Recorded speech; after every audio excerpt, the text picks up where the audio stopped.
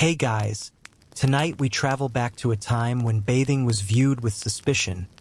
Perfumes were a substitute for soap, and the smell of your body might be interpreted as a sign of your soul's purity or its decay. Yes, we're going to the Middle Ages where hygiene was, let's say, flexible. You're walking down a narrow, muddy street in a medieval village. It's late afternoon, and the air is thick, not just with dust and smoke, but with something more tangible, a kind of scent that hugs your clothes and whispers into your nostrils. It's like someone tried to make soup out of cabbage, wet fur, and regret, and that someone might have been your neighbor who hasn't bathed since the last lunar eclipse. So, before you get comfortable, take a moment to like the video and subscribe, but only if you genuinely enjoy what I do here. And if you're feeling sociable, drop a comment letting me know where in the world you're watching from, and what time it is for you right now. Now, dim the lights, maybe turn on a fan for that soft background hum, and let's ease into tonight's journey together. You round the corner of a stone cottage and nearly bump into a man leading a goat. He nods. His beard has a little twig stuck in it. Not decorative, just there. You notice something else too.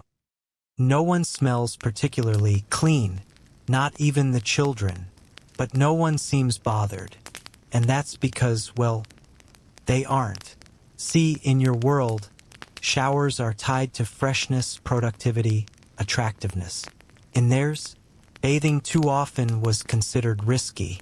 Seriously, many believed it opened the pores to diseases, especially during plagues. Physicians of the time warned that a hot bath could unseal your body and let the bad air or miasma sneak in. They had a point, sort of. After all, indoor plumbing wasn't exactly standard. And the local water source? Let's just say it doubled as a laundry station, watering hole, and occasional frog spa. There's a public bathhouse in the town, but don't get too excited. It's open just a few days a month, and only the daring or those with a hot date venture in. And even then, many choose to bathe in their underclothes to avoid immodesty. Because apparently, soaking in week-old bathwater with 5 other people is fine, but showing an ankle? Scandalous. You duck into a bakery and sit by the hearth. The baker offers you a piece of bread with something vaguely cheesy on top. Smells alive, but you're grateful. As you eat, you can't help but notice his hands are coated in flour, ash, and possibly yesterday's butter. He scratches his chin, then kneads the next batch of dough. Hygiene? Optional. Historians still debate whether this aversion to cleanliness was driven more by religious beliefs, fear of disease, or just practical laziness.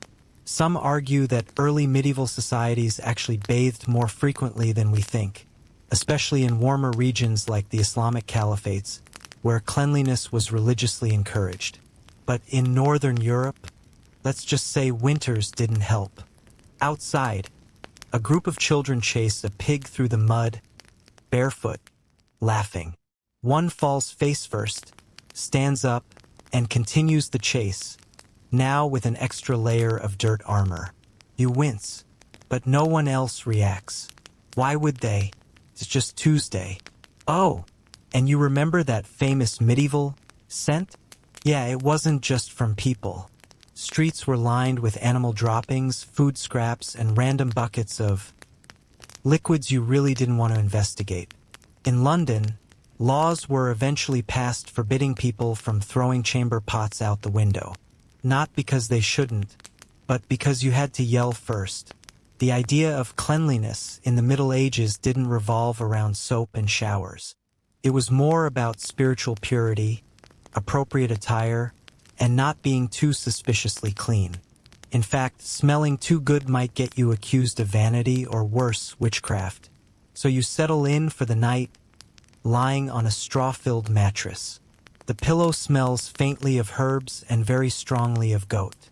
You pull a scratchy wool blanket over your shoulders and try not to think about how many people used it before you.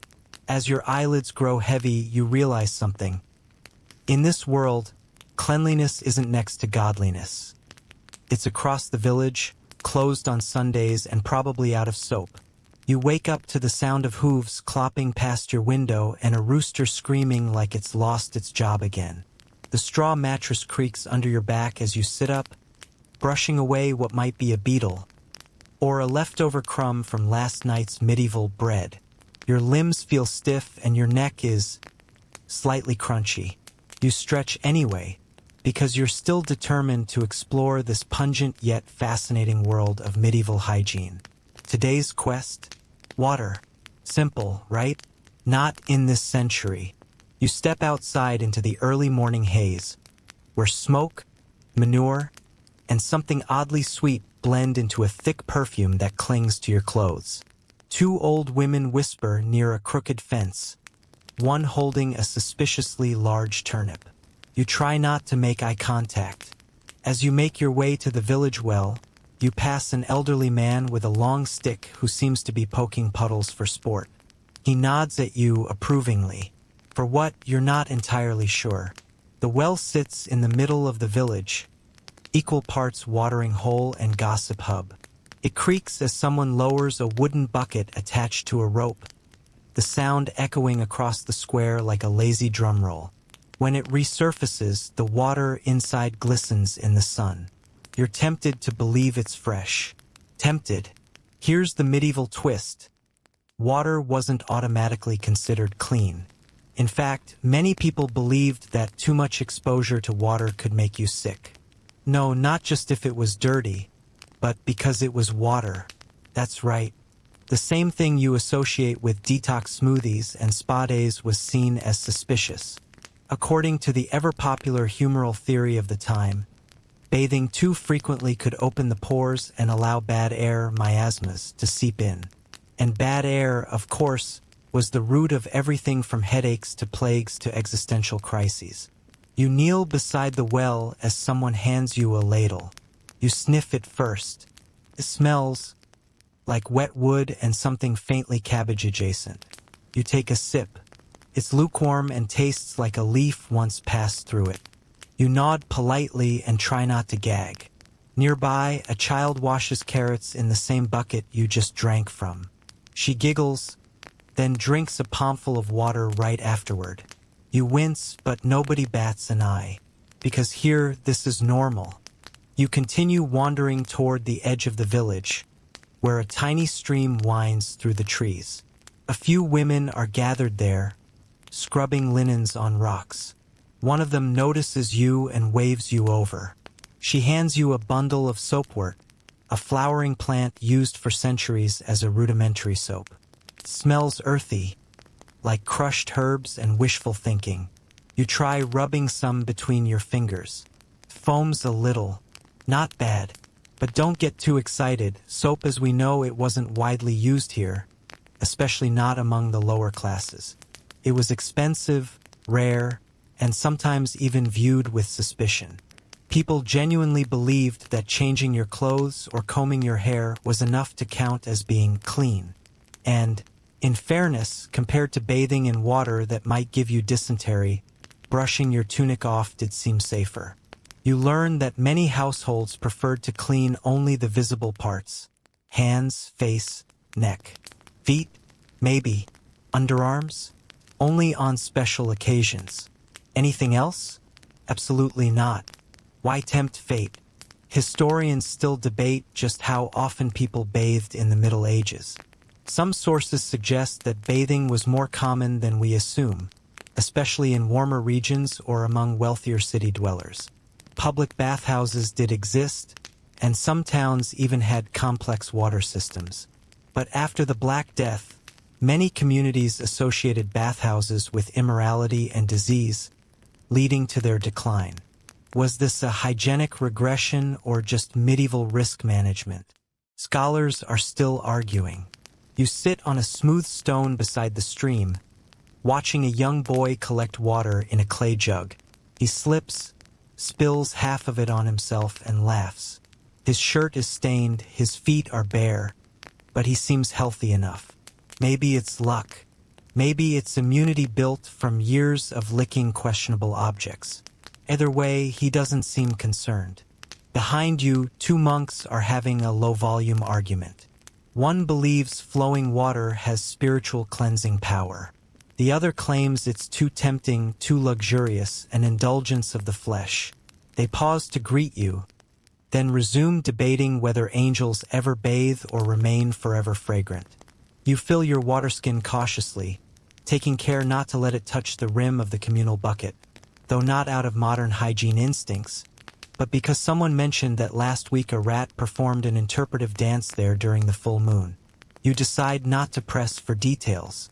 As the sun begins its descent, casting golden light across the fields, you reflect on this complicated relationship with water. It's not just a liquid here. It's philosophy, fear, tradition, and guesswork all at once. Cleanliness is more spiritual than physical. Washing is a choice, sometimes an act of rebellion, and sometimes a ceremony. A breeze rolls in, carrying with it the scent of wet hay and baking onions. You close your eyes, inhaling a world where water is not comfort, but confrontation.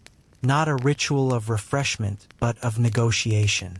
Just before sleep pulls at your thoughts, you hear hooves again.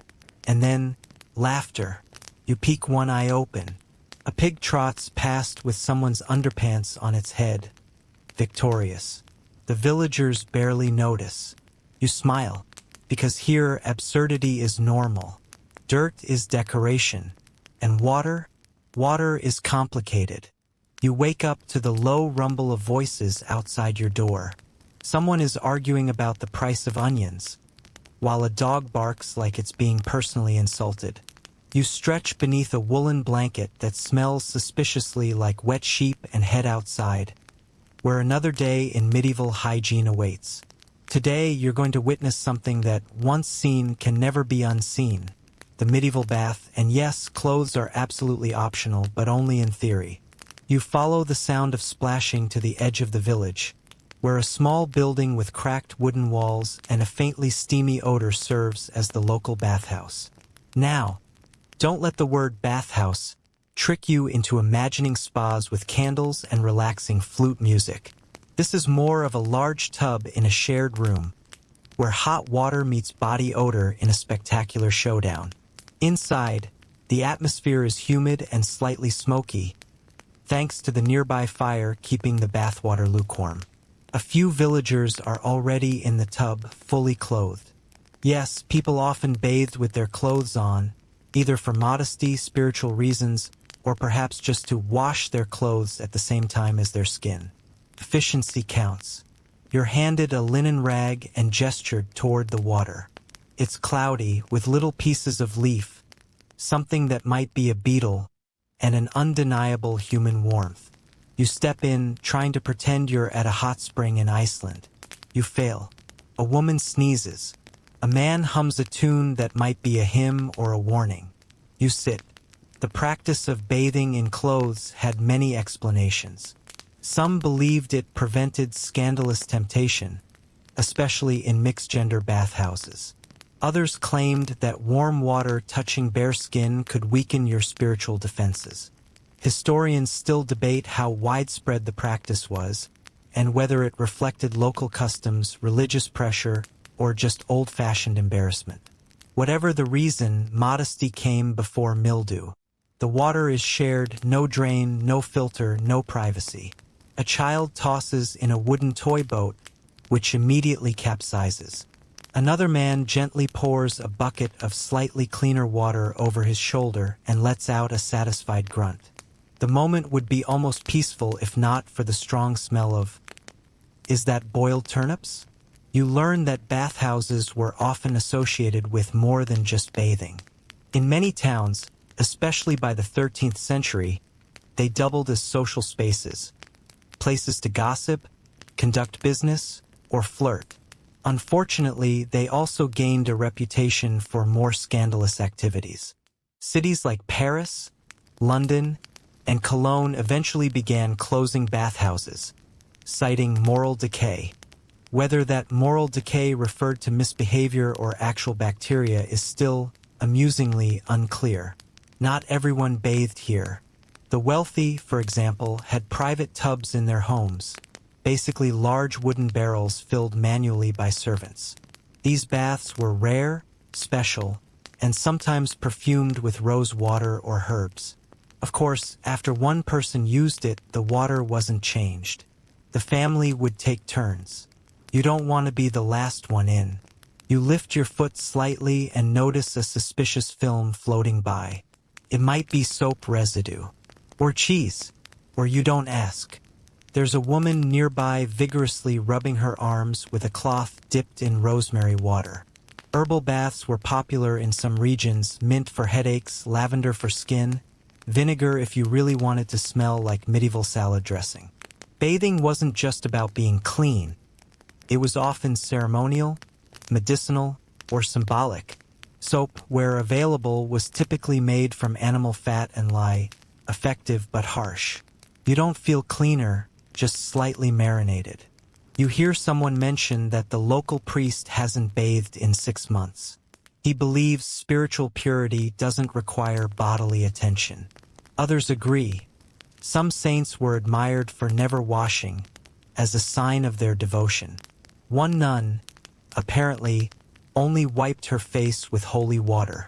Once, on Easter, as steam rises and conversations quiet, you notice something. No one seems particularly concerned about body odor. It's a shared condition. In fact, smelling too fresh might raise eyebrows. There were even moments in history when wearing perfume or bathing too often was considered vain, seductive, or outright heretical. And in some circles, the stinkier the saint, the holier the soul. Eventually, someone rings a small bell. Bath time is over. People begin to climb out, dripping, clothes clinging like wet paper. Towels aren't handed out. You wring out your tunic and join the soggy procession back toward the village. You step into the sunlight, damp, confused, and vaguely aromatic. But there's a strange satisfaction in surviving your first medieval bath. You didn't catch the plague, probably. You didn't offend any saints. And your tunic smells less like goat. Slightly. As you walk, someone offers you a piece of bread. It's warm and smells safe. You accept it, grateful, because here a bath might be questionable, but bread? Bread is eternal.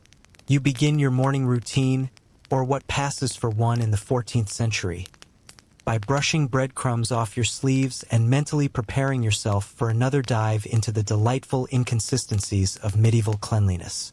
Today, you're heading to the market square to meet a figure revered not for scrubbing things, but for selling salvation in a bottle, the perfume merchant.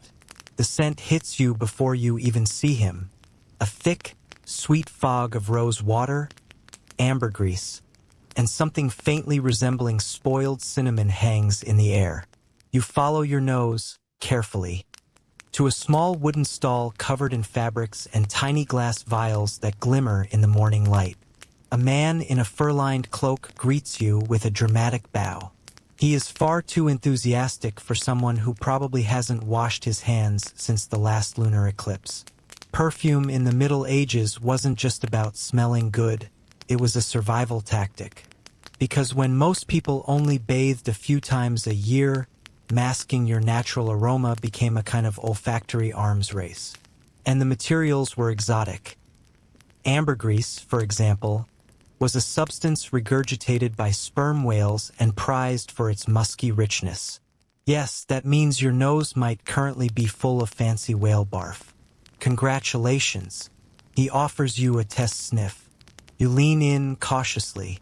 This one is a mixture of clove oil, crushed violets, and something he calls dragon's sigh. It smells like someone spilled potpourri into a shoe. You nod approvingly. As it turns out, many of the upper class, and even some ambitious townsfolk, relied on strong scents not only to impress, but to ward off disease. The belief in miasma, bad air, as a vector for illness was widespread. If foul odors carried sickness, then good ones could protect you.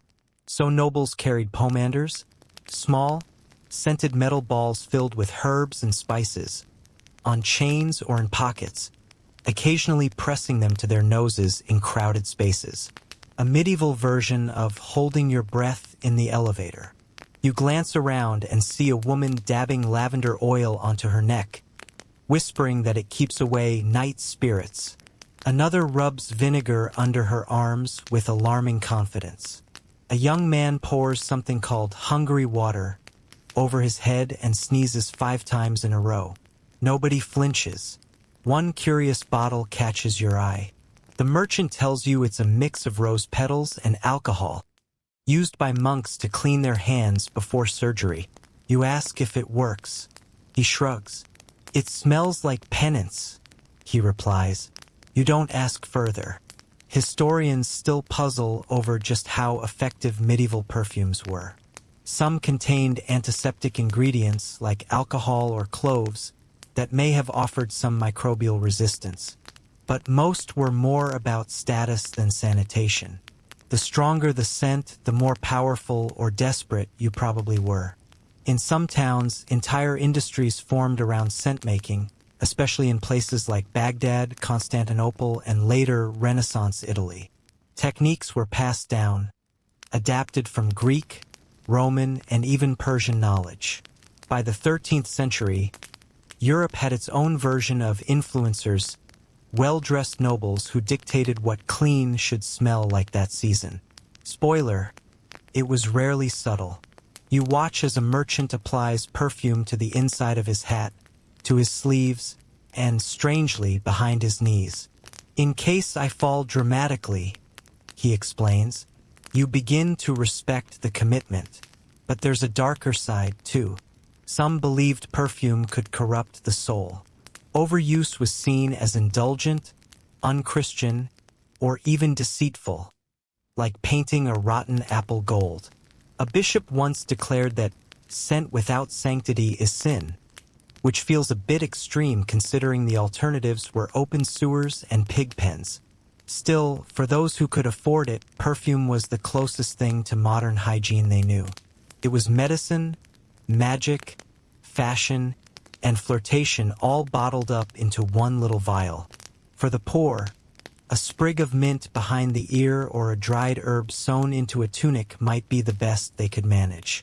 But the effort was real. You buy a small vial of something the merchant calls morning in Venice. Though it smells more like laundry behind a tavern, still it's oddly comforting. You dab a little on your wrist. The vendor nods. Now you smell like someone who might have bathed this month. High praise. As you walk away, you pass a man standing under an archway, arms outstretched, catching the morning light. His eyes are closed, and he holds a bouquet of thyme and marjoram. He is breathing in deeply, slowly, as if soaking up invisible armor. You take a cue from him. Close your eyes. Inhale the scent of lavender, smoke, and slightly fermented optimism. And for just a moment you feel clean. You wake up with a stiff neck and a vague sense that your blanket smells like soup. Not in a comforting chicken noodle kind of way, but more like something that was once boiled and then forgot what flavor it was trying to be. As you rise and brush stray hay from your sleeves, today's medieval mission comes into focus, exploring how people cleaned themselves without actually using water. You leave the small cottage and wander toward the manor house on the edge of the village. The nobility lived a different kind of life, cleaner, perhaps? You'll see. As you enter the stone courtyard, the first thing you notice is that it's quiet, peaceful, almost elegant. And then a breeze passes and brings with it the unmistakable scent of old wool and damp leather. You brace yourself. Inside the manor, servants move quietly between rooms. One of them, a young boy with an oversized tunic and very serious eyebrows, is polishing silver with a rag that's mostly gray. A noblewoman walks past wearing layers of velvet and fur. Her hair is braided, her face powdered, and she holds a cloth to her nose, soaked in rosewater. She's practically glowing. You think maybe this is where true hygiene lives. Then you see the towels, or rather the fabrics, Linen cloths, folded neatly and perfumed, are placed in a wooden basin. And here comes the fun part. Instead of bathing, many nobles would wipe down their bodies using these damp cloths, especially the visible parts. Face, neck, hands, occasionally feet. The rest, covered in layers of fabric and left to their own microbiological devices. The logic? Simple. If you kept your outer garments clean and your visible skin freshened with herbs or scented cloths, no one would question your cleanliness. In fact, in many places, clean clothes equaled a clean person. And since laundering garments took less effort than bathing the whole body, especially in the cold, that became the norm. You walk past a dressing chamber where a woman is brushing her hair with long, deliberate strokes. She's using a comb made of bone, and nearby, a pot of oil infused with sage and rosemary sits warming by the fire. She dips her fingers in and applies it to her scalp. Not just for the scent, it also helps to repel lice. That's right, not eliminate, repel. Because lice weren't an if, they were a when. You sit by the hearth as an older servant begins to explain the daily dry cleansing ritual. First, rub down the skin with linen. Second, dust it lightly with powdered herbs or chalk, depending on your rank and your desire to look vaguely ghost-like. Third, refresh with perfumes, oils, or wine-infused cloths. Bathing was for illness or religious events, not a daily indulgence. You ask about soap. She laughs. Not for us, she says. That's for laundry and the apothecary. In fact, early soaps were so harsh they could strip paint, or at least skin. Made from rendered animal fat and lye, soap was used mostly on clothes, or in desperate cases on the hands. Using it regularly on skin was often discouraged. Too drying, too expensive, and too risky. Historians still argue over just how dirty medieval people really were. Some accounts suggest that washing rituals were common in monasteries and among scholars. Others argue that hygiene varied widely by region, climate, and culture. In warmer climates, particularly in Islamic and Byzantine societies, bathing was part of daily life and even prayer. But here, in this damp European village, it's more of a seasonal event, like a comet sighting or taxes. You hear someone mention that Queen Elizabeth I took dry baths, wiping her body with cloths soaked in vinegar and rosewater. You imagine her in a gilded chamber, surrounded by attendants and embroidered towels, never once touching actual soap. Royalty, after all, could afford to smell expensive, even if not precisely clean. A man walks in with a box of herbs, offering sprigs of lavender, sage, and bay leaf to tuck into collars or boots. You choose rosemary. He nods and tucks it behind your ear like a boutonniere of survival. Before leaving, you watch two servants polish the furniture using rags dipped in urine. Yes, human urine. Apparently, it was commonly used to remove stains and brighten fabrics. A nobleman passes by, sniffing approvingly. You decide to pretend that never happened. As you step back outside, you realize something. In a world without regular baths, cleanliness was performative. It was about looking and smelling clean, even if the microbes told a different story. And for the most part, it worked because everyone played along. No one expected floral freshness. They just hoped for tolerable.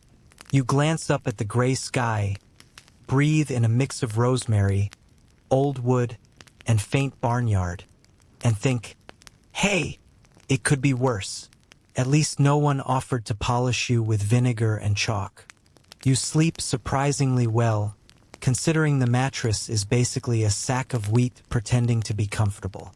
When you wake, there's a new purpose in the air, or maybe that's just someone cooking turnips again.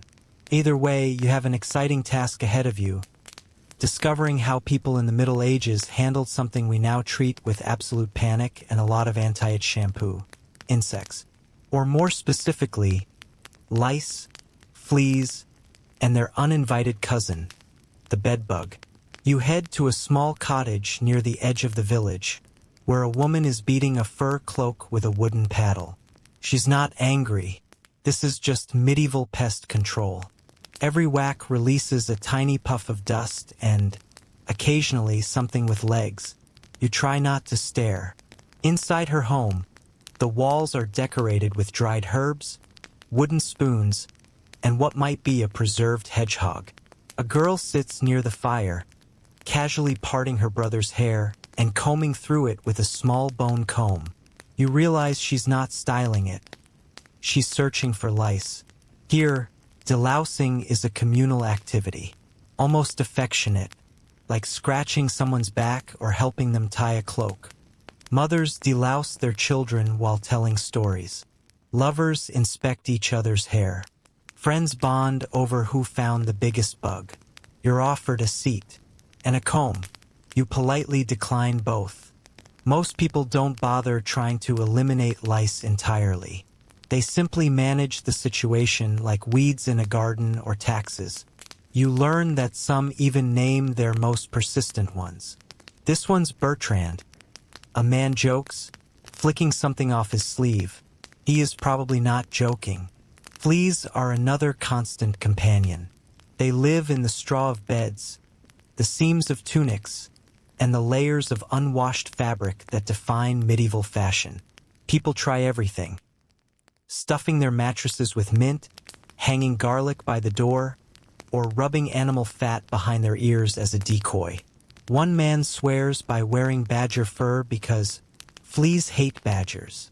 You smile and nod, because what else can you do? Historians still discuss whether medieval people understood the relationship between these bugs and disease. Some sources suggest they noticed the correlation between filth and outbreaks.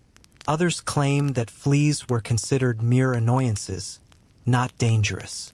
After all, the real culprit, the plague, was thought to be carried by bad air, divine punishment, or even planetary misalignment. Blaming a flea would have seemed too simple. And yet, the plague years did change how people saw vermin.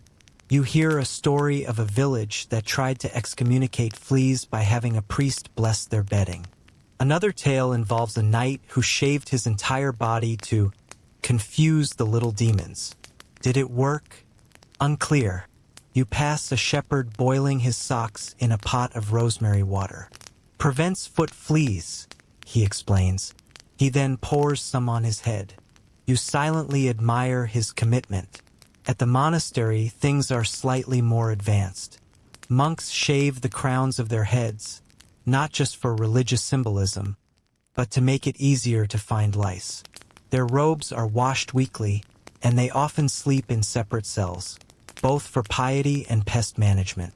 One monk shows you a pouch of crushed juniper berries that he keeps under his pillow. He says it helps him sleep, and maybe the bugs hate the smell, or maybe they just respect his devotion. You visit the local tanner, who soaks animal hides in urine to loosen the fur. He tells you, with a completely straight face, that sleeping with a leather scrap near your feet attracts the bugs away from your head. They like the warmth, he says. Give them a decoy. You wonder if the bugs ever compare notes. You end your day in a common hall, watching people shake out blankets and brush crumbs off tunics. There's no disgust, no panic, just routine. Insects are as normal as the creaky floorboards or the rooster that thinks it's a timekeeper. People live with them. They itch, they scratch, they move on. And somehow, so do you. You settle into your straw bed, tuck a sprig of lavender behind your ear, just in case, and hope Bertrand finds somewhere else to live tonight.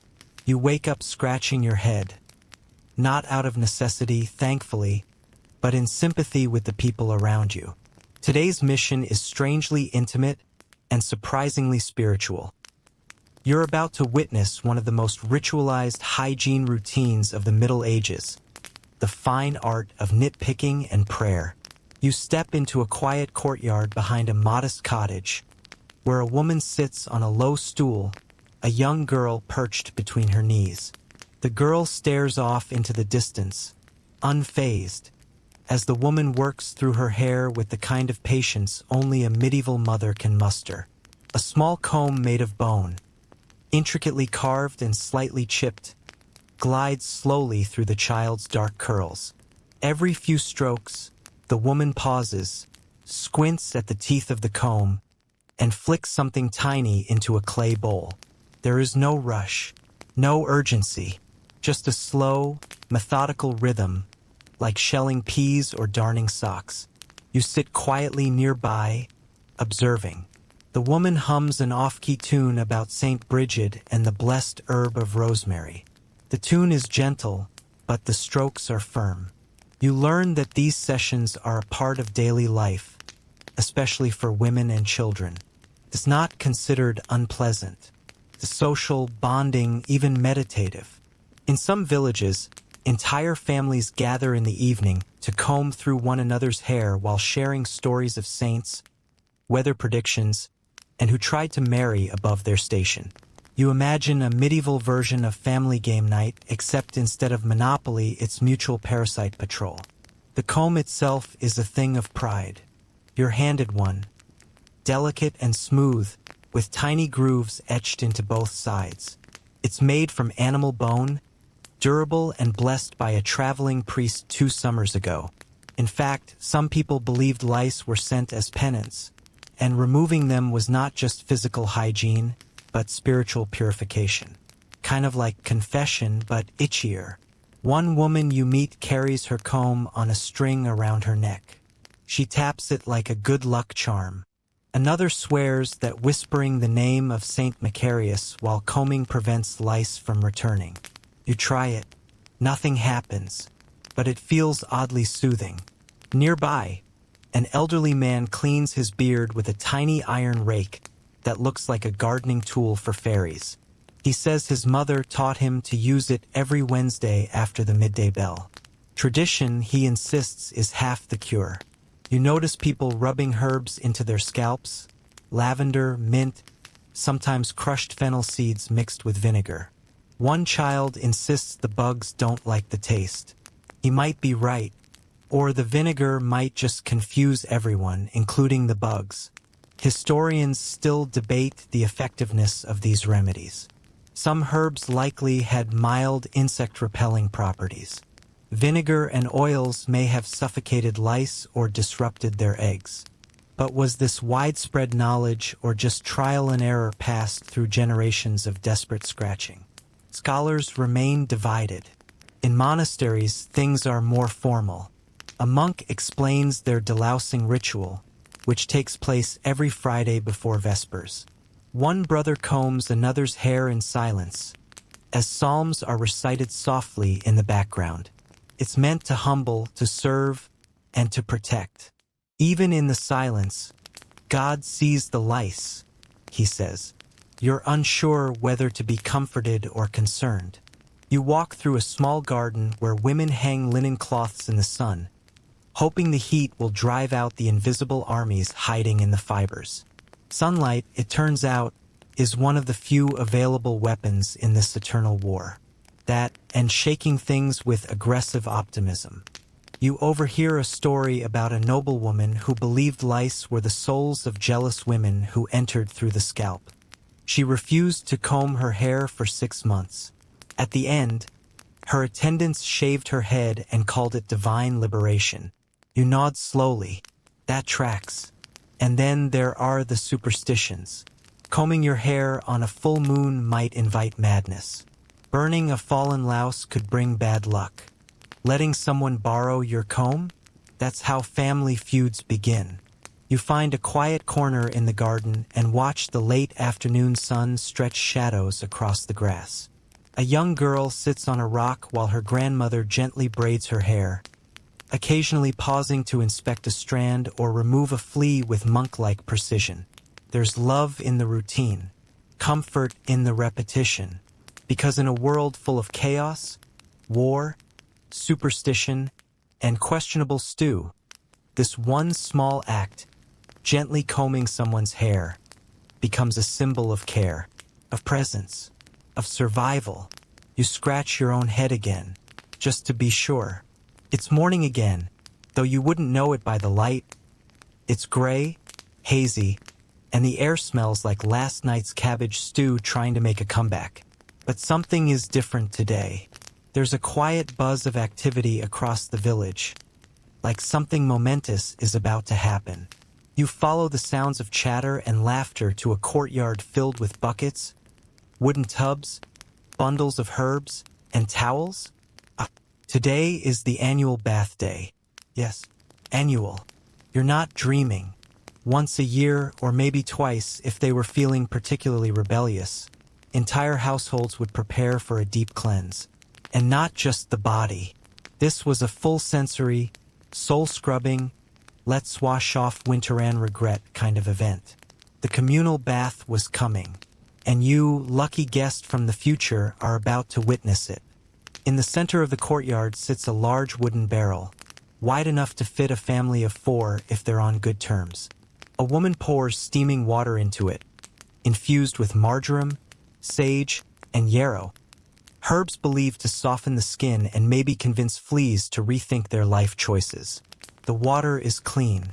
For now, you're invited to join, but you wisely choose to observe. One by one, family members begin the ritual.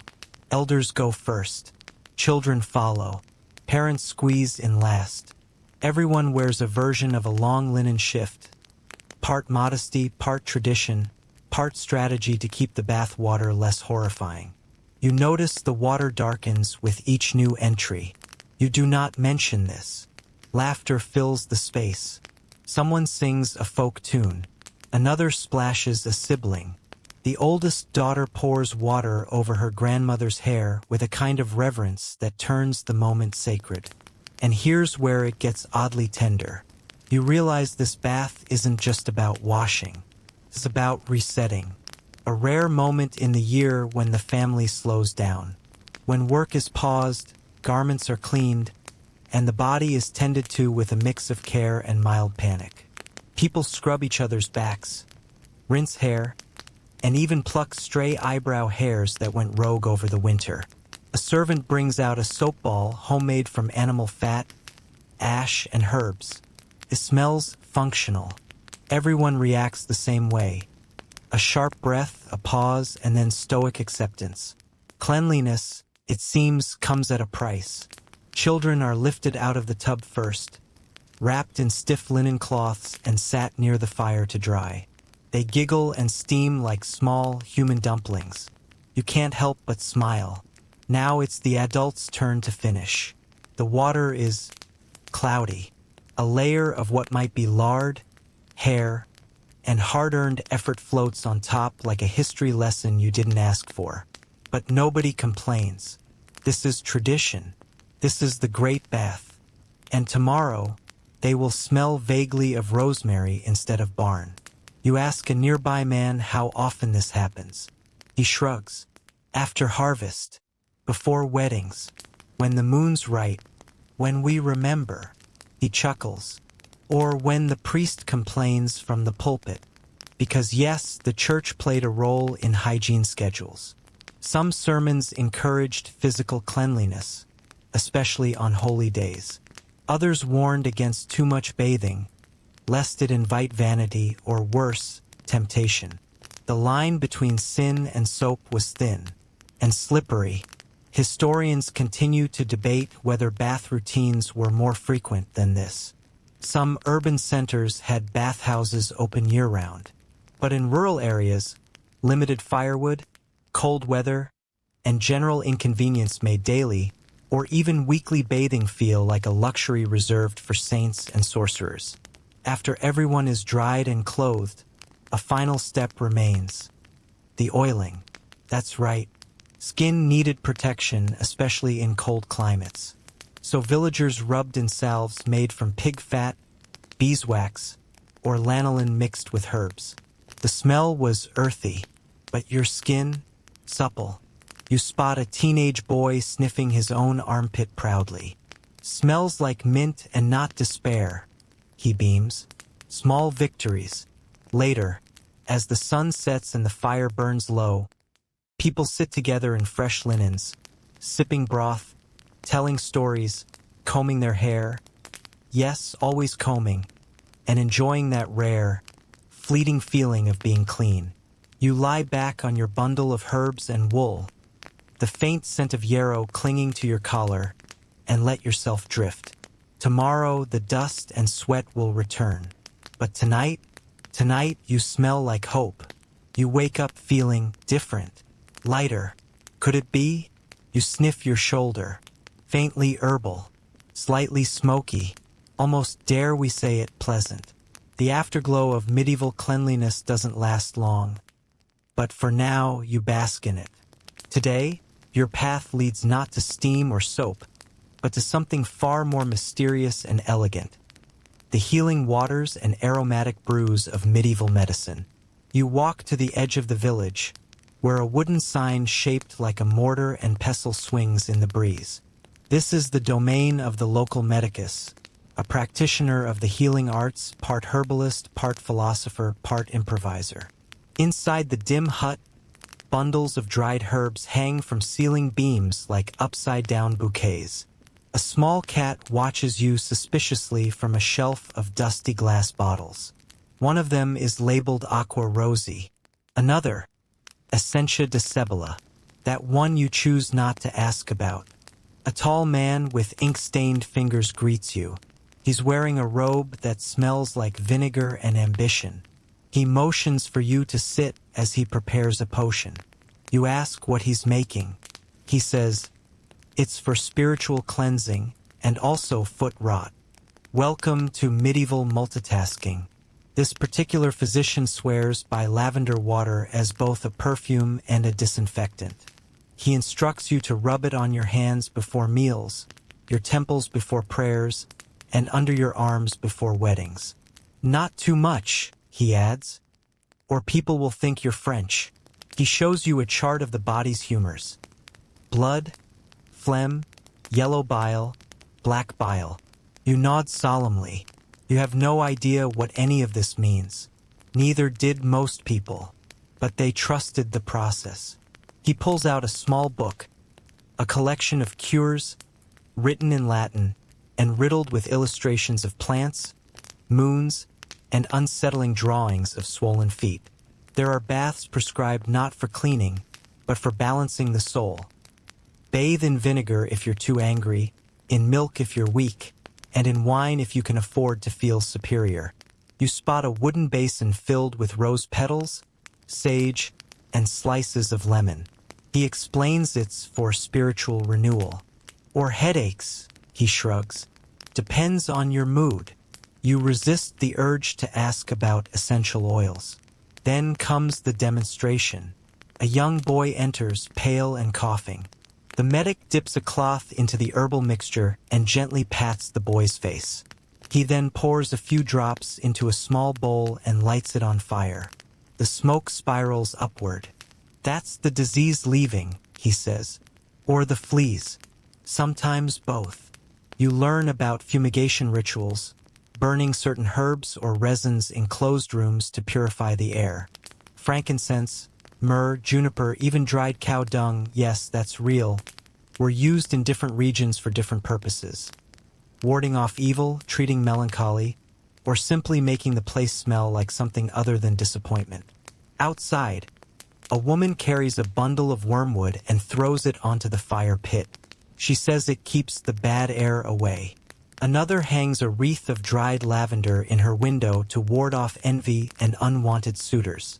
Hygiene, in many ways, had fused with ritual and belief, cleansing not just the skin, but the space, the aura, the very essence of a person.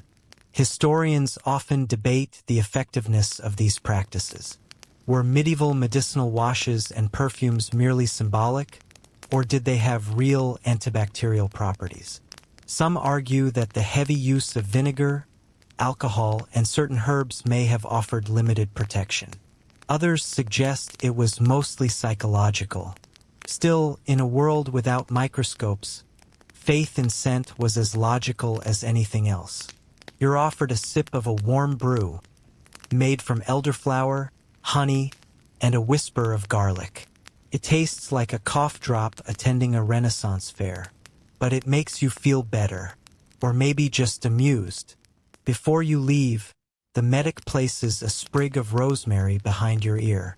To remember what's clean, he says, and what isn't. You step outside into the dusk, feeling oddly refreshed. Not bathed, not scrubbed, but cleansed in that uniquely medieval way that blends prayer, perfume, and possibly fermented onion water. The sun dips below the trees. You walk back through the village, past candles flickering in windows, the soft murmurs of families, and the smell of burning herbs wafting like a lullaby. Somewhere, a goat sneezes, and you, still carrying the scent of lavender, wonder what modern medicine might look like if it still included foot wine and rosemary crowns. Maybe not so bad. You awake to a new sound, the soft rustling of fabric being shaken out in the breeze, followed by the rhythmic whap of linen being beaten against a rock. No, it's not laundry day in the 21st century sense. It's something deeper, more symbolic. The medieval belief that changing your clothes was just as good as washing your body, sometimes even better. You follow the sounds and scents to a clearing behind a row of cottages. There, women are gathered near a small stream, armed with wooden paddles, bundles of herbs, and buckets of soapy water that smell faintly of lard and desperation. They are scrubbing garments with a determination usually reserved for exorcisms. One woman dips a tunic into the water and holds it up to the light. It's beige, or gray, or maybe just permanently medieval. She wrings it out with a dramatic twist and slaps it onto a flat rock. You flinch slightly at the violence, but everyone else claps in approval. You learn that, for most medieval folks, the act of putting on clean clothes was a form of bodily hygiene. Not just because it felt fresh, relatively speaking, but because it visually signaled to others that you had recently been renewed. If your outer tunic looked clean, no one asked questions about what was going on underneath. People owned few outfits, sometimes only one or two changes, and washing them was a process. First, the clothes were soaked in a lye-based soap made from ashes and animal fat. Then they were scrubbed, beaten, and rinsed, sometimes in streams, other times in collected rainwater. Drying happened wherever there was sun or warmth. Tree branches, fence posts, or, in colder months, just over the backs of chairs near a smoky fire. You watch as a young boy stands still while his mother beats dust off his cloak with a broom. He does not react. This is normal. Another girl sprinkles crushed lavender and dried mint inside her shift before folding it. Keeps the spirits calm, she explains. Whether she means her own or the fleas, you're not sure. A nearby merchant tells you he changes his shirt every holy day, more often if he's trying to impress someone. He lifts a corner of his linen undershirt and sniffs. Still holy, he declares. Historians still discuss the extent to which clothing functioned as a stand-in for washing. Some argue that regular linen changes, particularly among wealthier classes, did genuinely reduce bacterial buildup and lice infestation. Others say it was more of a symbolic gesture than an effective hygienic practice. Either way, the ritual of changing clothes was taken seriously. In fact, the church even linked clean garments to moral purity. Monks changed robes during specific liturgical seasons, and certain saints were said to have worn the same garment for decades. Miraculously unstained, of course. Some nobles were buried in their finest linens, as if preparing for the ultimate bath. You sit under an elm tree watching as a woman mends a hem using thread made from her own hair. She hums softly. Her fingers are calloused, her movements precise. In a world without synthetic fibers, fast fashion, or laundry machines, clothing wasn't disposable.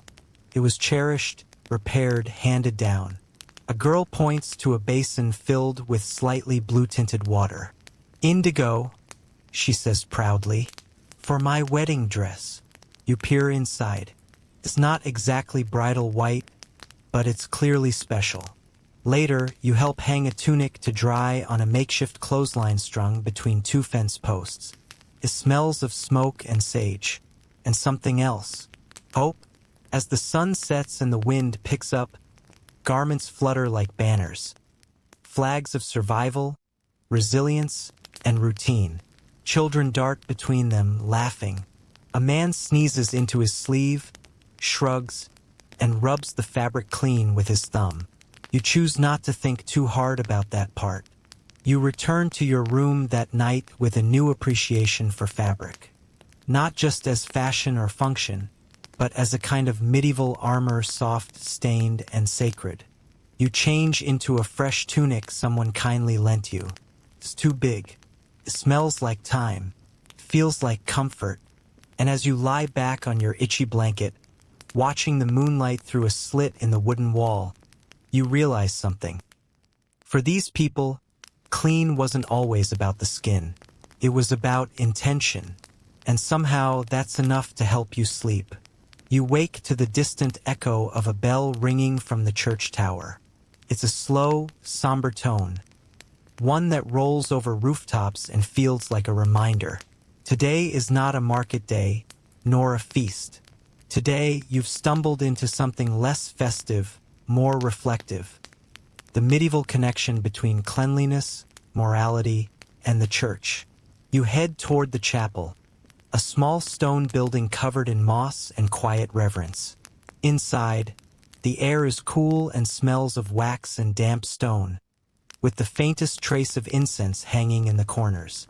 A priest in simple robes walks past you, clutching a wooden cross in one hand and what looks like a small cloth pouch in the other.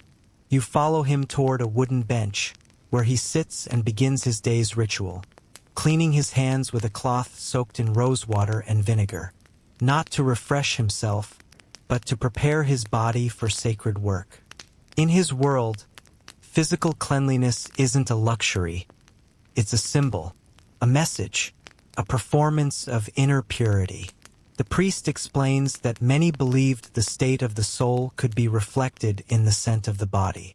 To reek of sweat and labor was humble, even holy, but to smell overly perfumed or suspiciously clean, that might signal vanity, or worse, worldliness. You start to wonder where yesterday's herbal bath ranks on the divine meter.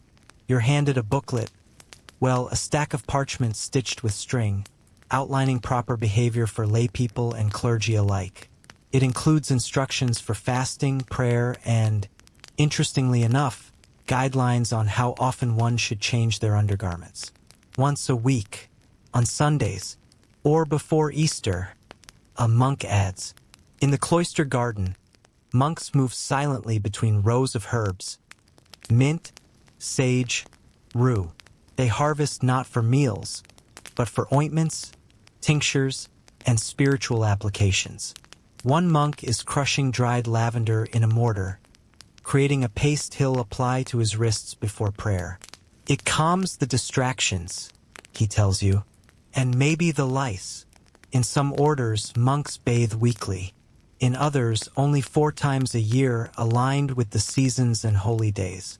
You meet one friar who has not washed fully in over 3 months. He says he's conserving virtue. You nod. You pretend you don't notice the smell of boiled cabbage wafting from his robes. Yet, despite the general lack of scrubbing, the church had its own form of spiritual hygiene, confession, washing the soul with words, not water. You sit in the chapel and watch as villagers kneel, murmur sins, and rise again with quiet relief. There's something purifying about it. You begin to understand why physical bathing could seem redundant. Still, there were contradictions. In many cities, public bathhouses were often located near churches, and clergy would sometimes bathe before major holidays or rituals. Priests were expected to appear orderly, even if not pristine. Bishops wore perfumed gloves during ceremonies. Monks cleaned chalices with wine and wiped altar tables with linens soaked in rosemary. Historians debate whether the church truly discouraged bathing or simply redefined its purpose. Some sermons from the 12th and 13th centuries mention the dangers of bathing as temptations to lust, while others speak of cleanliness as a reflection of God's order. It depended on the preacher, the region, and the political mood of the month. You walk through the nave, where villagers gather for midday prayers. A woman lights a candle while quietly dabbing her neck with vinegar. Another crosses herself after adjusting her headscarf. Children fidget in the pews, rubbing their arms with sprigs of sage their mothers tucked into their sleeves that morning. Later, during a lull in activity, you follow a priest into the sacristy, where he shows you his personal lavabo, a small stone basin used for ritual hand-washing before Massachusetts. He pours water from a copper pitcher over his fingers, letting it trickle slowly into the basin. The gesture is deliberate, symbolic, soothing. He looks up at you and smiles. "Clean hands," he says. "Prepare a clean heart." Outside, the air is warmer now. A group of children run through the courtyard, laughing, kicking a pig's bladder like a ball. You watch from a distance, holding a small cloth scented with thyme and frankincense. One of the monks gave it to you. "For your thoughts," he said, "not your armpits, though it works for both." You sit on the chapel steps as the bell tolls once more. It's not a call to wash, but a call to pause, to reflect, to remember that in this world, cleanliness is not about perfection. It's about presence, about intention, about humility, and somehow, even surrounded by stone, incense, and whispered prayers, you feel lighter.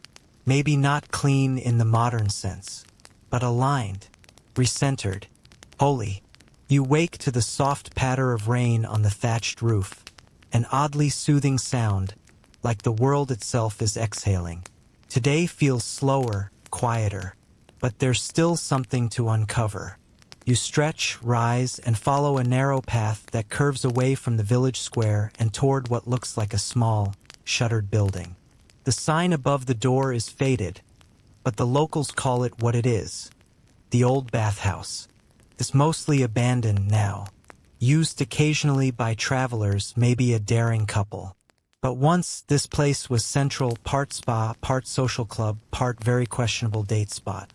And today, with the door cracked open and a warm breeze whispering inside, you're invited to step into the shadow of what was once the medieval bathing scene and its moral downfall.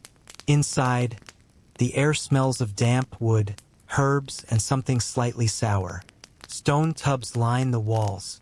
There are still faded murals, women with flowing hair, men lounging in clouds of steam.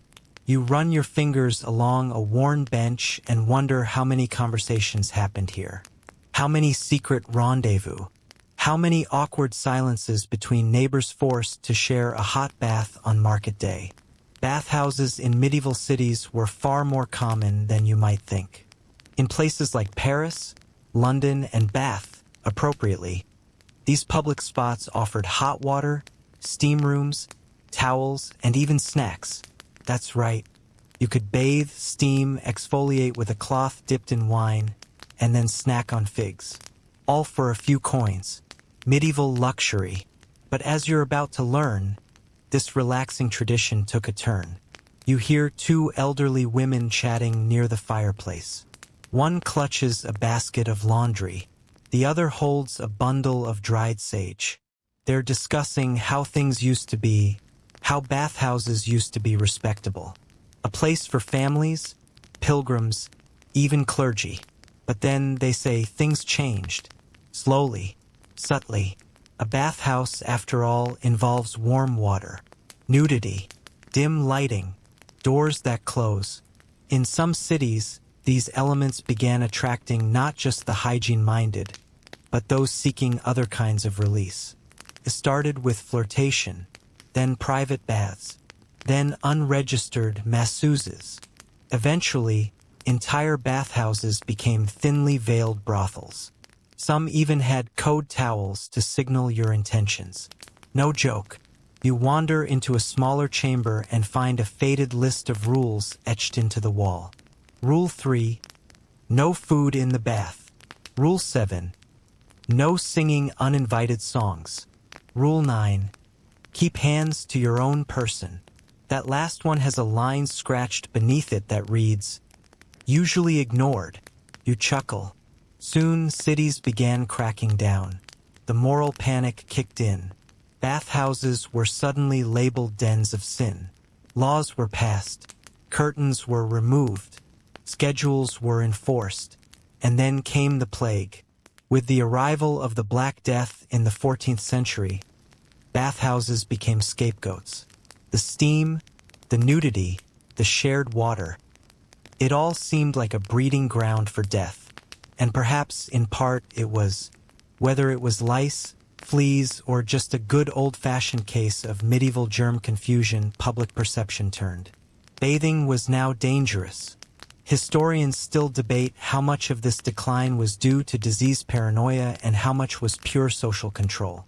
After all, bathhouses were spaces where classes mingled, women had autonomy, and rules were relaxed. Too relaxed, some said. Better to shut them down and push people back into private, safer, colder tubs. You sit near one of the old fire pits where water was once boiled. The bricks are cracked, ashes long gone, but you can still imagine the flickering light, the steam rising, the whispered gossip echoing off damp walls. There's a certain nostalgia to it. A woman passes by carrying a bundle of linens and a sad smile. I met my husband in this room, she says. He was wearing nothing but a towel and too much pride. She laughs. Married him anyway, and so the bathhouses faded. Some were converted into storage, others burned down mysteriously. A few were reclaimed by the church and turned into pilgrim hostels. But the idea that bathing could be public, joyful, even a little scandalous, remained in the collective memory. You stand before the largest tub in the main hall. The light from a high window cuts through the dust like a stage spotlight. You imagine it full, bubbling, filled with laughter and secrets and the quiet hope of being truly clean, inside and out. Then the door creaks shut behind you. You leave the building quietly, feeling like you've just stepped out of a dream. The rain has stopped. The air is fresh. You catch your reflection in a puddle. Hair a mess, tunic rumpled, but spirit oddly lifted. Because bathing may be rare here, but its memory, still warm. You wake to the sound of trumpets. Not royal fanfare, just a boy practicing poorly on a goat horn.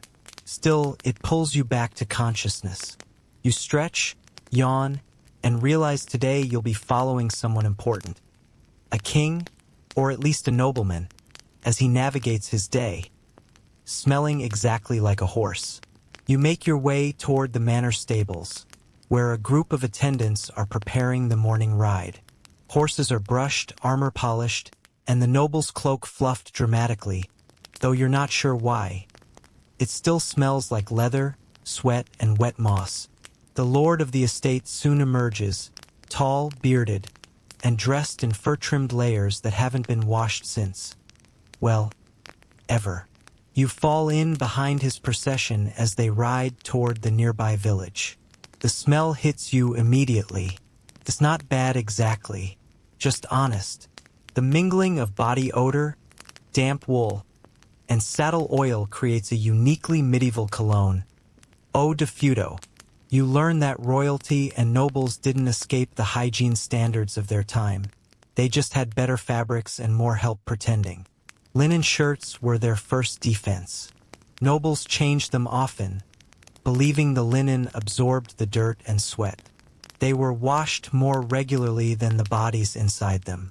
You pass a servant holding a bundle of these shirts, carefully folded and scented with rose petals and cedar chips to make them feel fresh. The nobleman waves at villagers. His gloves are perfumed, but his boots, mud-caked. His hat, slightly singed from a torch incident you're not allowed to ask about. He hasn't bathed in weeks, and yet he carries himself with the confidence of someone who's never known a mirror. Historians still argue whether monarchs and nobles were truly filthy or just victims of cultural norms. Some royal accounts show monthly baths, others show annual ceremonies. Louis XIV famously disliked bathing, preferring scented powders and constant wardrobe changes. Queen Isabel of Castile claimed to have bathed twice in her life, once at birth and once before marriage. Bold.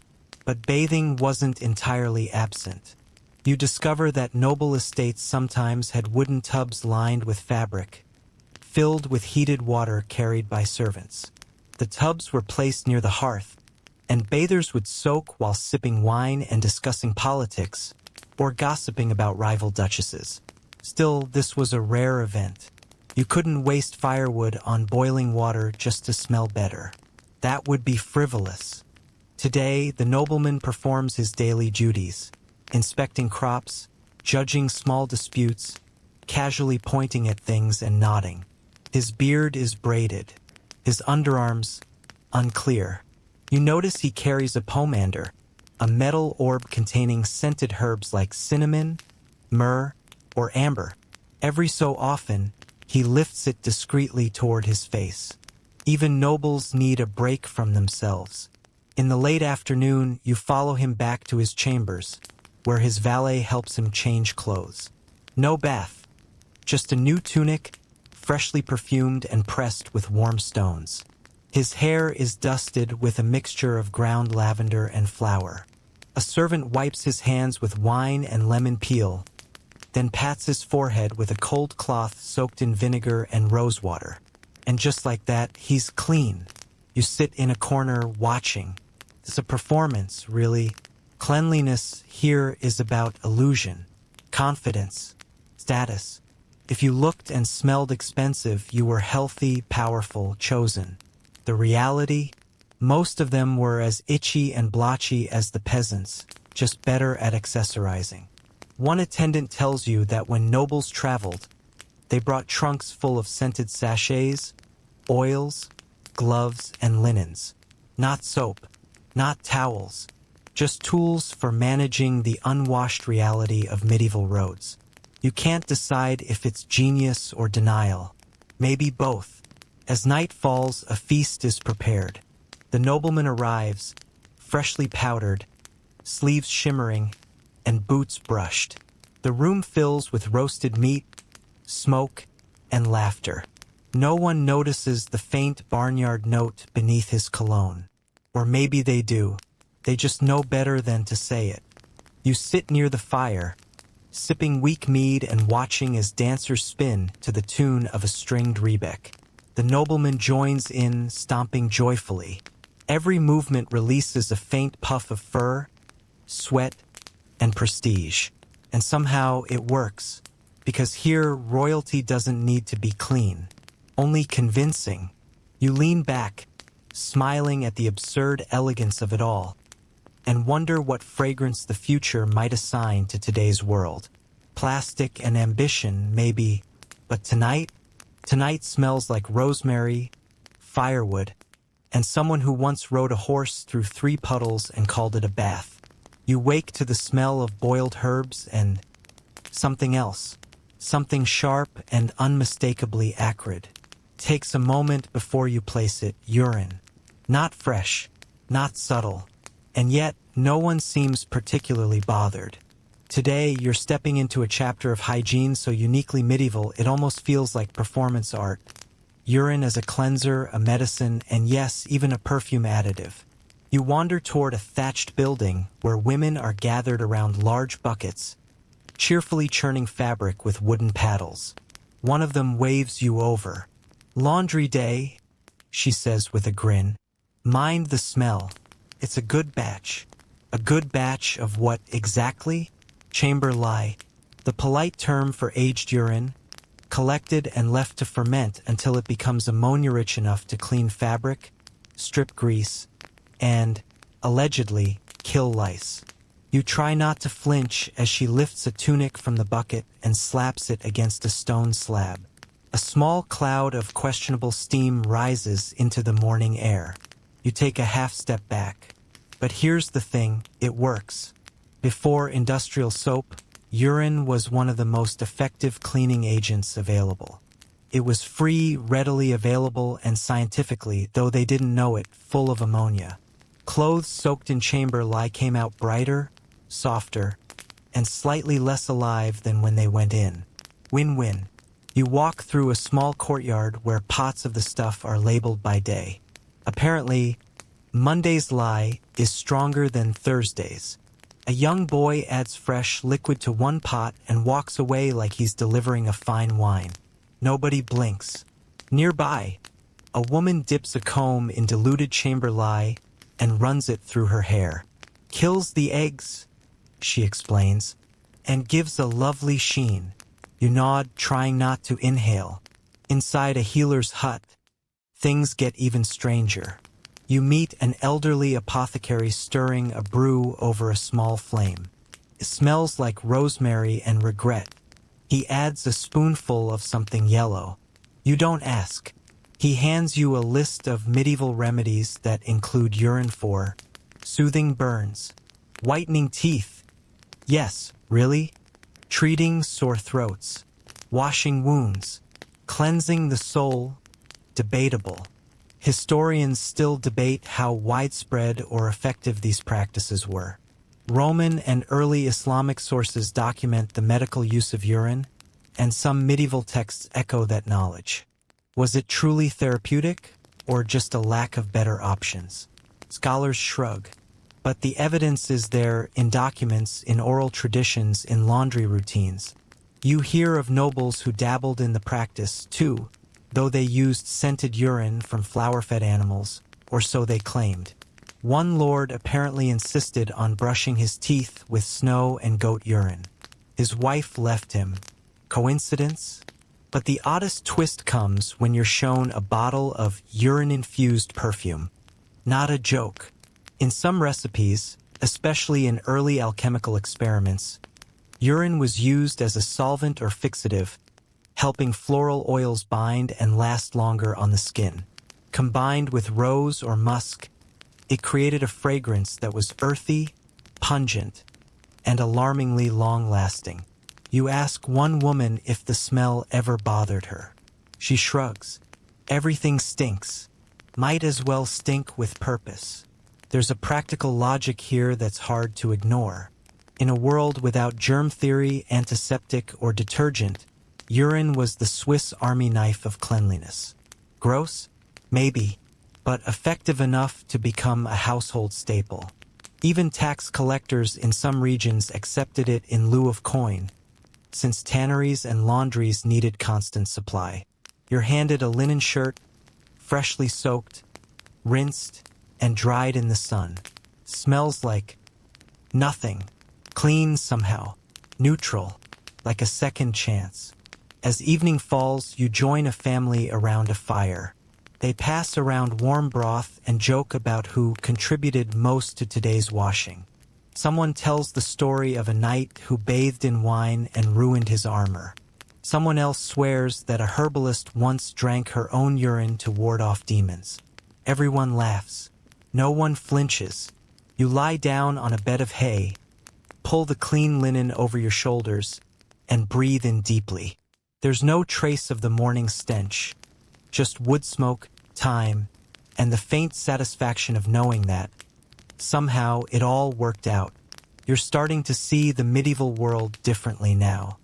Not as a place of filth and chaos, but as a world full of people adapting, inventing, and yes, cleaning in their own way.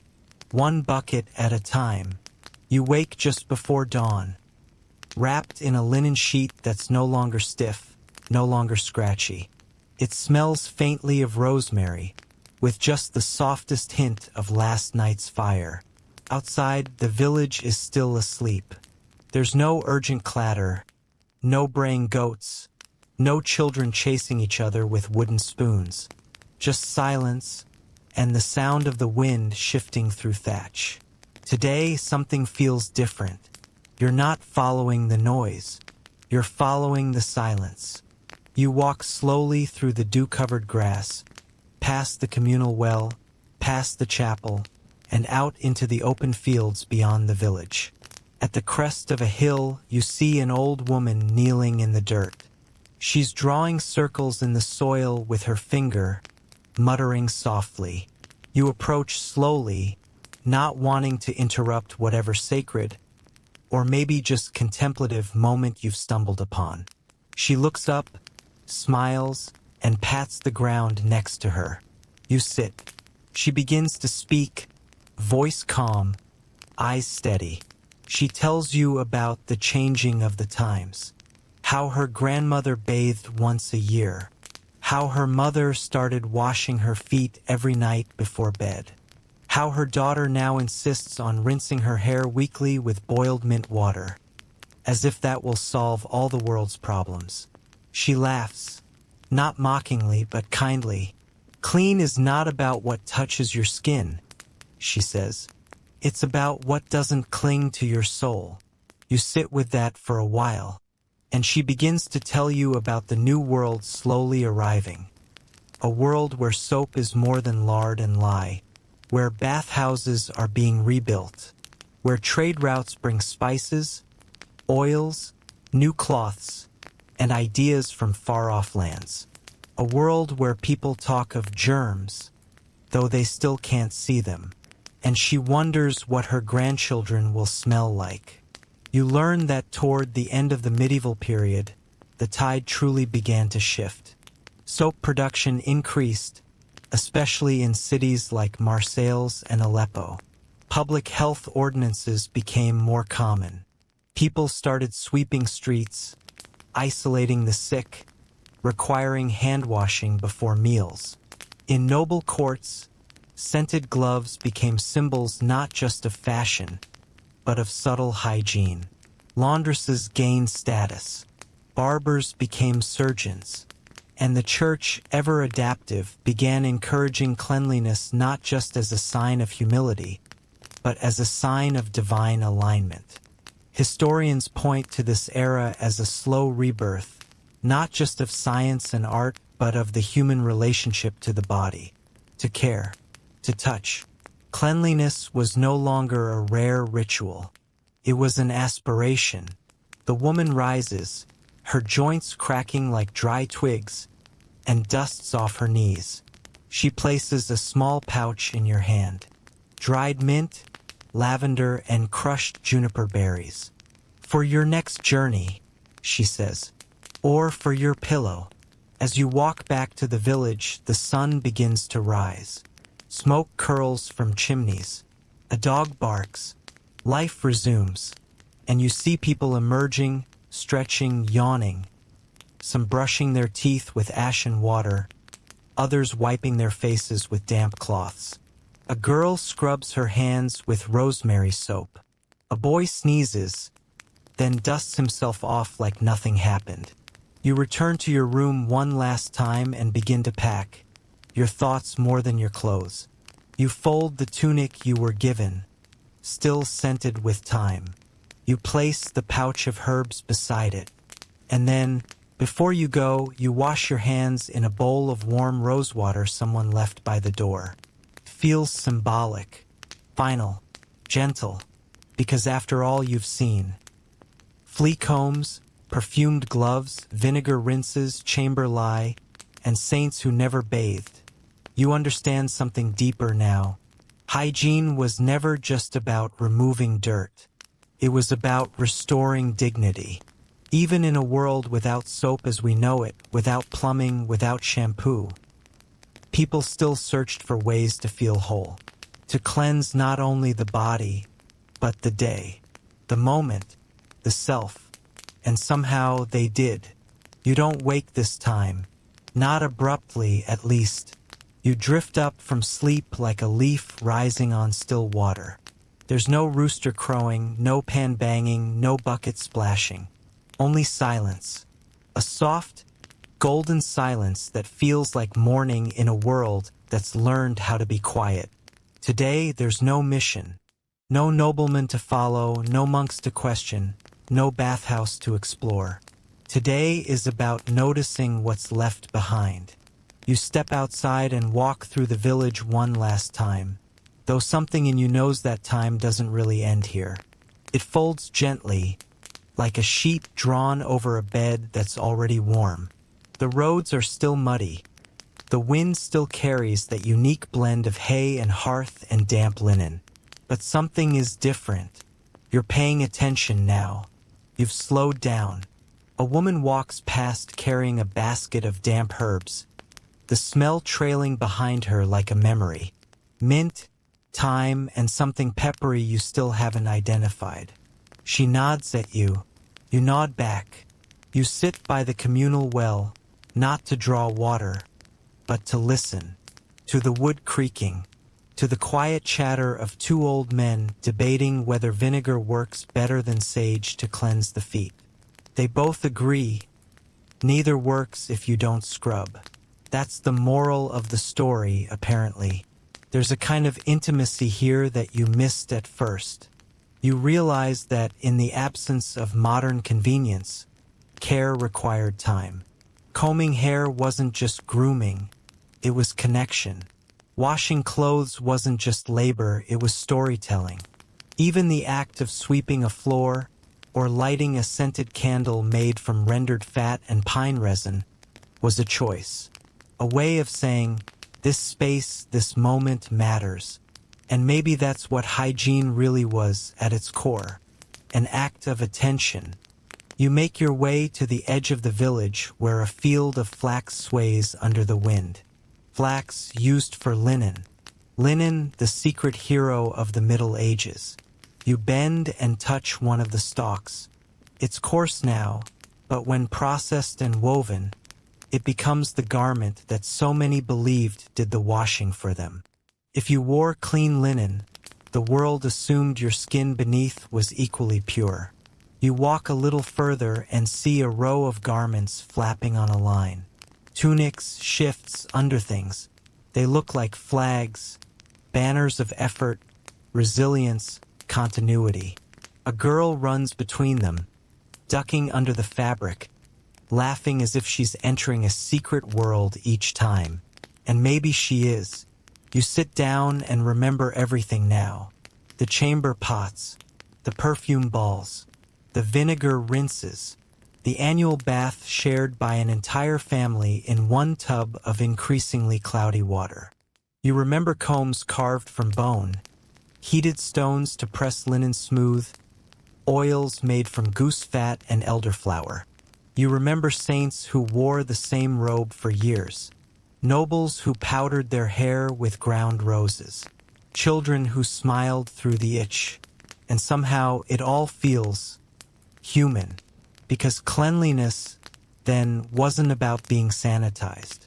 It wasn't sterile. It was creative, improvised, earned. It was deeply entwined with faith, seasons, class, myth, weather, and love. It was full of contradictions. Clean meant humble. Clean meant holy. Clean meant lucky, or clever, or married, or simply not dying of dysentery this winter. And as you sit in that field, the sun warming your hands, you begin to wonder, what will future historians say about you? About us? Will they marvel at our rituals the way you've marveled at theirs? The hundreds of products, the soaps with glitter, the 11-step skincare routines? Will they shake their heads and laugh at our obsession with scented candles and fabric softener? Will they say we were clean, or just busy? You close your eyes and breathe. You imagine walking barefoot through this village, not as a guest, but as someone who belongs. You'd know which leaves help soothe a rash. You'd know which stream runs fastest after rain. You'd learn to share a towel, to sit still while someone picks through your hair with patience and peppermint oil. You'd understand that ritual is stronger than routine, that sharing the act of cleaning, whether it's your feet or your fears, is part of what keeps people alive. You open your eyes again. The village is still here, but it's quieter now, settled, like it knows the story has been told. You rise and walk back one last time, past the drying clothes, past the well, past the bathhouse with its doors closed for good, past the chapel where rosemary still hangs above the threshold. You step inside your room, where someone has left a folded cloth, clean and warm, a final offering. You press it to your face. It smells like mint and bread and comfort. You lie down, the blanket pulled gently over you, and feel the weight of the journey, the softness of the cloth, the hush of a world that took so much effort just to feel whole. And in that quiet, no fanfare, no steam, no lie, just the gentle recognition of having seen something through you sleep. Not because everything is perfect, but because enough has been cared for. You don't so much wake this time as you gently resurface. The sky outside has shifted to that silver blue quiet of very early morning, when even the birds seem unsure whether it's time to sing. You lie still for a while, wrapped in that same slightly crinkled linen sheet, listening to the wind tiptoe across the roof. And then you remember, there's one part of this world you haven't truly explored yet. Not the nobleman's cloak, not the herbal apothecary, not even the bathhouse scandal, but the one thing that followed you through every story, every field, every scratchy tunic and perfumed wrist, the smell of the past. You rise slowly, your body now familiar with the creaks of the floor and the weight of your own breath. Today, your path isn't a straight one. You won't follow any single person, but something more elusive, the quiet aroma of daily life. What did the medieval world really smell like, beyond the stereotypes? And why does it matter? You begin in the most honest of places, a barn. The doors swing open with a sigh, and inside, the air is thick with hay, animal musk, damp wood, and leather. It's pungent, yes, but not offensive. It smells like survival, like morning chores and warm fur and effort. You help brush down a donkey. The bristles of the brush pull at dirt and straw, revealing the musky underlayer of working skin. A boy tosses a handful of dried herbs into the corner. Lavender, thyme, and something bitter. Keeps the mice from thinking they live here, he jokes. You laugh. He's not joking. Next, you walk through the village bakery. The contrast is immediate. The smell wraps around you like a memory. Baked rye, scorched flour, smoke from the hearth, and a trace of yeast so thick you could almost chew it. A woman is kneading dough with hands dusted in ash. She wipes her brow with her forearm and keeps working. This is domestic perfume. You sit beside her as the bread rises. She tells you that people here recognize families by scent. Not perfume, not even sweat, but by a house's particular blend of soap, herbs, smoke, and memory. You know who belongs where, she says, by the smell of their clothes. Historians often overlook the olfactory landscape of the past. It's hard to archive a smell, but from manuscripts to letters to silent archaeological evidence, we now understand. The medieval world was not one long reeking nightmare. It was layered, complex. Some places stank, yes, but others, churches, apothecaries, bakeries, and herb gardens, were so fragrant they stunned visitors into silence. You move on toward the tanner's workshop.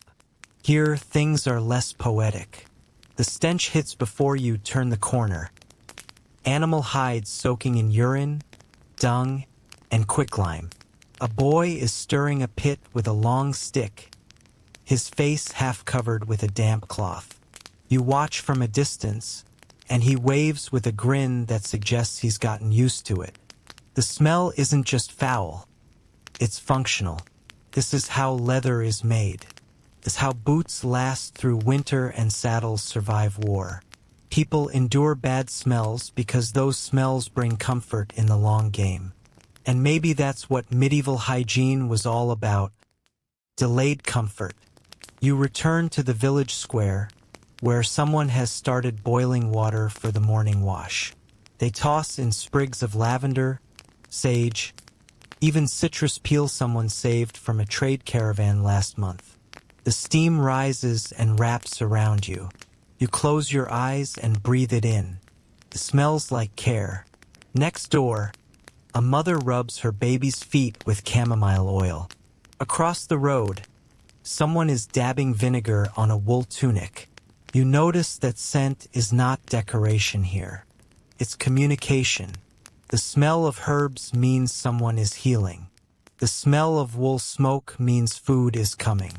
The smell of lye means clothes are clean. And the smell of lard soap, harsh, sharp, means someone is preparing for something serious. As the village wakes around you, you start to see the world not with your eyes, but with your nose. You notice that the chapel smells different on feast days. More incense, more beeswax. You notice that goats smell different in the morning than in the afternoon. You notice that even you now smell of something unfamiliar. A mix of ash, linen, herbal oil, and quiet. A smell that says, "You've been here." You sit on a bench near the well and think about your own time. How we scrub our scent away. Replace it with citrus and cedar and brands with long, impossible names. But here, scent was your identity. It was your home, your health, your warning system. You smell, and therefore you are. The sun climbs higher. Children run past you, trailing mint and muddy socks. A girl tosses you a sprig of rosemary as she passes. "For the road," she says. You take it. You press it to your face. And for a moment, the whole medieval world folds into that one small breath. Dirt, fire, bread, sweat, rose water, smoke, wool, faith, life. You close your eyes, and you disappear into it. You awaken this time to birdsong, real, crisp, insistent, not a desperate rooster or the distant clatter of hooves, but soft, steady birdsong that weaves through the shutters and into your thoughts like a gentle nudge. You stretch beneath your blanket and realize the air smells different, fresher, brighter, like something is beginning. But before you go, before you fold this chapter closed, there's one last corner of medieval life to visit. Not a building, not a person, but a moment, a space between routines. Today, you'll explore the ritual of rest and the curious ways people of the Middle Ages prepared their bodies and minds for sleep. You walk slowly through the morning haze, past the blacksmith who is just now stoking his coals, past the row of herb bundles drying in the sun, and past the chapel bell that hasn't yet rung. You head toward the cottage of an old woman known simply as the night matron. She doesn't deal in medicine or laundry or firewood. Her job, if you can call it that, is to prepare things for the quiet. The beds, the herbs, the hearth. She believes the night deserves just as much reverence as the day. "Clean minds sleep clean," she once told you, and today you'll see what that means. She welcomes you with a nod and hands you a broom made of twigs. Together you sweep the floor, not to clean it exactly, but to settle the dust, to reset the rhythm of the room. She opens the windows just a crack, letting the breeze carry out the day's leftover air. Then, she lights a small bundle of dried mugwort and lavender, letting the smoke rise in curls that dance like whispers. You watch as she sprinkles a few dried petals into a bowl of warm water. This, she explains, is for hand washing before bed. Not mandatory, but deeply comforting. One hand at a time, gently cupped, not scrubbed. A symbolic act. You try it. The water is soft, slightly floral. You dry your hands on linen that smells faintly of smoke and sun. She moves to the sleeping area, 3 beds made of straw, wool, and wood. Over each, a small pouch of herbs dangles from a thread. Not for show. Each mix is tailored. One for dreamlessness, one for protection, one for calming the breath. She explains the herbs with precision. Valerian for rest, rose for comfort, sage to guard against night terrors. Historians rarely document this level of domestic ritual. Most of what we know comes from oral tradition, tucked into prayer books, or scribbled into margins of recipe scrolls. But rest was serious business. In a world without artificial light, the night was vast, long, and unpredictable. Preparing for it meant more than extinguishing candles. It meant fortifying your spirit. You helped the matron fold the linens back. Simple woolen blankets and soft shifts worn only at night. She shows you how to shake the bedding, not just to chase away fleas, but to release the breath of the day. Then she places a small rock, warm from the hearth, at the foot of each bed. A primitive but effective way to take the edge off a cold night. Across the village, others perform their own versions of this ritual. One family gathers to recite a short prayer, then rubs a salve of camphor and pine on their feet. Another brushes their daughter's hair in silence, knotting it loosely so the spirits can't tangle it while she sleeps. A monk in the chapel rings a low bell and walks the aisles with a censer, blessing the air. You follow him with your eyes and realize, sleep, for them, is sacred. You return to the cottage as the matron dims the oil lamp. The fire must sleep too, she says, or it will grow restless. You lie down on the straw mat she's prepared for you one final time. A thin linen sheet covers you. The weight of it is nothing, and everything, and in that stillness you begin to feel the depth of it all. That hygiene in the Middle Ages was more than soap or scrubbing or even scent. It was a cycle, an ongoing care that began with the rising sun and ended here, in the shadows, in the softness, in the space where nothing more needs to be done. It was never just about being clean. It was about feeling held. By ritual, by habit, by those small, consistent gestures that say, you're safe now. Outside, a dog settles beneath a bench. The wind sighs through the trees. A child murmurs something in her sleep. And the matron whispers a good night to no one in particular, as if the very air requires permission to rest. And maybe it does. So you close your eyes. And this time you don't drift. You sink into silence, into linen, into a kind of peace that isn't bought or earned, but prepared.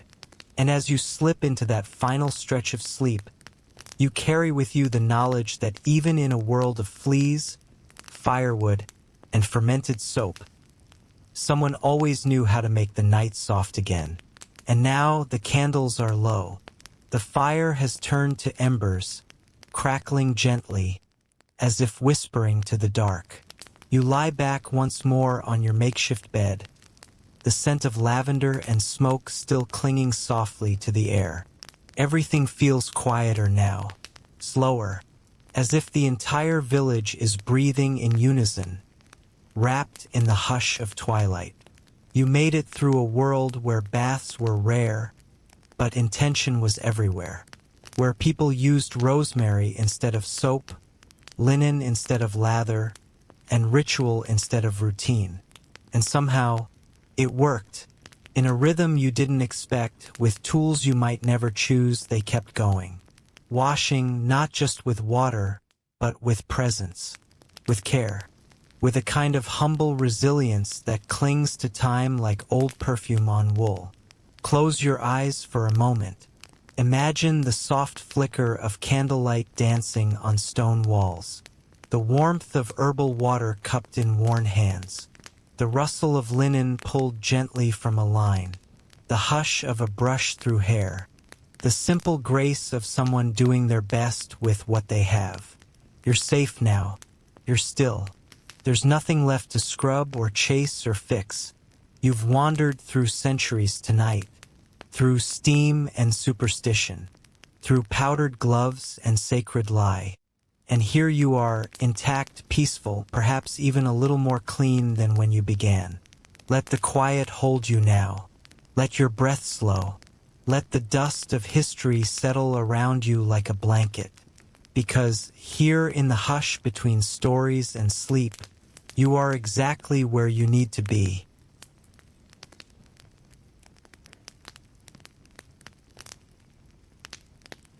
You're not entirely sure if you're dreaming, sleepwalking, or simply drifting between centuries.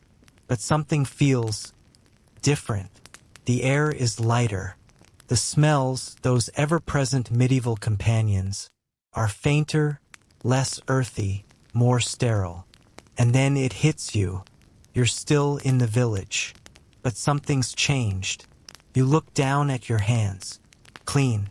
Impossibly clean, not scrubbed with lye or wiped with wine, but smooth, scentless, like they've never known ash or rosemary. You bring them to your nose. Nothing, not even lavender, just clean. Someone nearby is boiling water, but there's no fire, no smoke, just a shiny metal box humming softly. You blink. It's a kitchen, a modern one. There's a faucet. You turn a knob. Water flows. Hot water. On demand.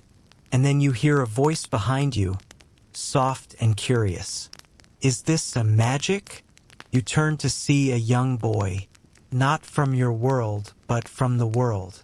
The medieval world. Dirt still under his fingernails. A wool cap on his head. His eyes wide, filled with the kind of awe usually reserved for fire-breathing dragons or saints who glow in the dark. You realize, somehow you've brought him with you, or he's followed you here. He walks toward the sink, hesitates, then plunges his hands under the stream of water. His eyes widen. He lets out a small laugh.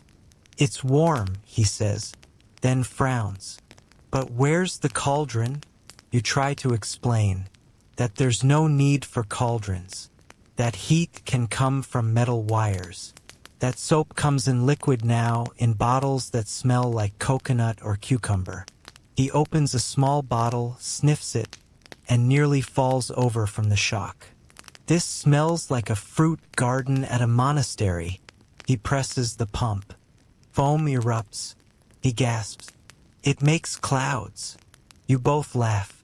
You show him a toothbrush. He stares at the bristles like they might bite. Then you show him toothpaste. A minty gel that, to him, must feel like sorcery. He squeezes too much and flinches at the cold. Then he brushes, and brushes, and brushes. He looks up, mouth full of foam, and mumbles, "So this is what angels feel like." He walks through the bathroom next, inspecting everything. He stares at the toilet for a long time. "It swallows?" he asks, then flushes it 7 more times to be sure.